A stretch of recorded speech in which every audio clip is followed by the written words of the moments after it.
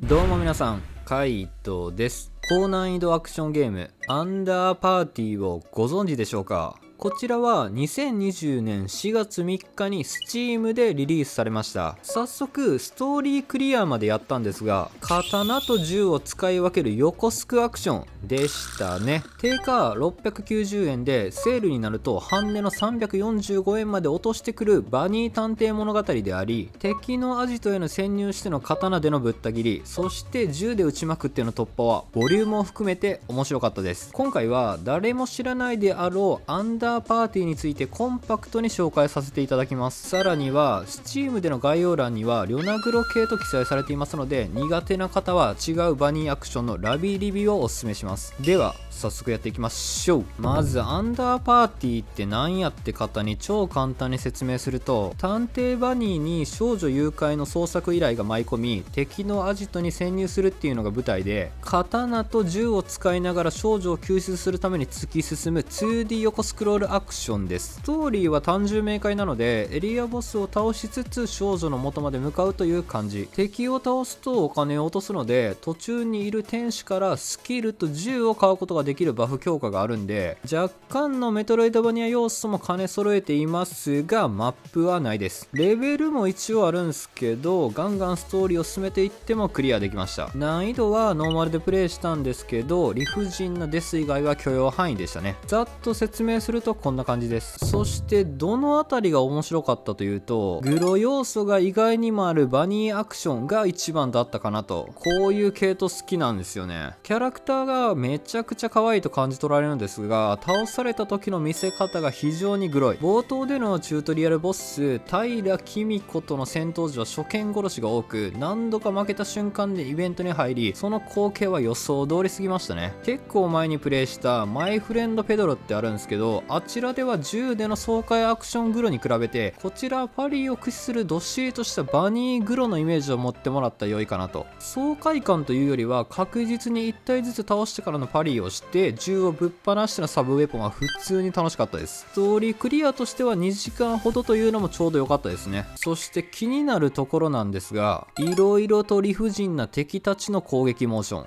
Steam の概要欄でも非常に難しいと記載されているんですけど、ステージというよりは敵たちの攻撃モーションが半端なく強く印象が残りました。刀での通常攻撃してからひるませられた場合はガツガツ倒せるのは良かったんですけど、少しでも多段ヒットをミスると豪快パンチで吹っ飛ばされてからのギミック追撃コンボでの即ですが発狂しました。ボスに関しても序盤はほぼスキルないんで、怪力野郎の当たり判定が広すぎたのがやばい。これがノーマル以上になったらさらに無理ゲーになってた気がしますね。けどもクリアできなくもないのが配信者中瀬でした。やってくれるぜアンダーパーティー。パリゲーなところもあるんですけど、判定がシビアな面もあって、慣れるまでにストーリーの半分終わってたのは内緒の話。最後にまとめになるんですが、グロ耐性ありきでの 2D 横スクロール好きな方はプレイして損はないです。値段もお手頃で、ある程度のメトロイドバニア風を味わえるのも良いところ。よかったら皆さんもバニーちゃんで少女を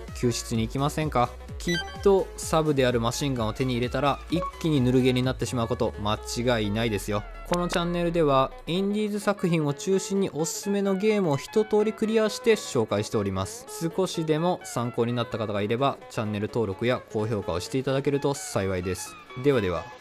またの機会に。カイトでした。